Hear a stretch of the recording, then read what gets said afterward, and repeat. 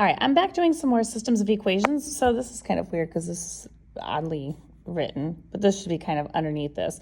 But I have two different equations. I have a standard form because the x and the y are on the same side. So we need to make sure that we can graph that. So this is standard. And then we have slope-intercept form, which is fine because we can graph that pretty easily. So this is slope-intercept. So we can actually start with this graph. So when we're trying to do systems of equations, we're trying to see if there's an intersection point for both of these values, these lines. And if there is an intersection point, we found an answer where both of the equations are going to equal and balance each other out independently. So what I mean by that is we're looking for, if there's a point, whatever that point may be, the x and the y coordinates, when plugged into the original equations, make both statements true statements. So let's take a look at this first one. We start off with the y-intercept, in this case is a -3. So here's our coordinates.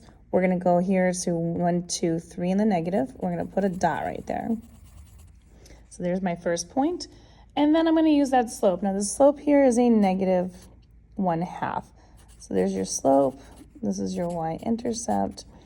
And then, so -1/2 means I can go down 1 to the left, to the right 2, and keep going. So down 1, right 2, and I can keep going. 1, 2, and then just follow that down 1 over here 2, until I go off the graph. And that will make it happen. Now, I don't know where the other graph is gonna be, so I wanna continue this graph by going back up here to the original point, and instead of going down 1, right 2, I'm gonna go up 1, left 2, and I'm gonna continue that graph. And do that until I've completed this graph. And then once I've done that, which I'm good to go, I can connect all these points together. And if I was doing this with a ruler or something, it would be a lot prettier looking. So there's your first graph. So that one's all set. Now we're gonna go over here to this one. Now, 2x plus 4y equals 12 is not in standard, or it's in standard form, so it's not in slope-intercept form. So I'm gonna move 2x over by rearranging it. And minus it on both sides. Those go away. We're leaving me with 4y is equal to a -2x plus 12. And then I want to divide all things by 4 to get y by itself. And then rearrange is done and complete once I simplify fractions. -2/4 is -1/2 x. And then 12 divided by 4 is a +3.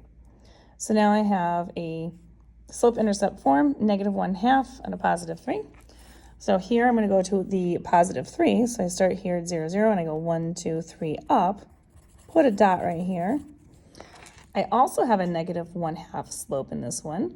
So I'm going to do the same thing I did with this other last graph. So I'm going to go down 1, right 2, and keep going there. Down 1, right 2. Your job is to find a spot where they intersect.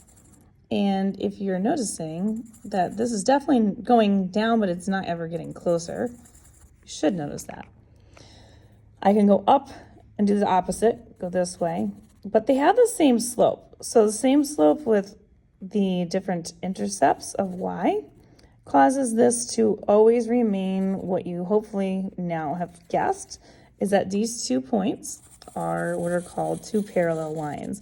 So they have different y-intercepts, but they have the same exact slope. So these will never, ever touch each other. So this one, you have a no solution because you will never have an intersection point on these. If you want more questions like this, you can find them on my YouTube channel. You want algebra, check these out under the systems of equations section.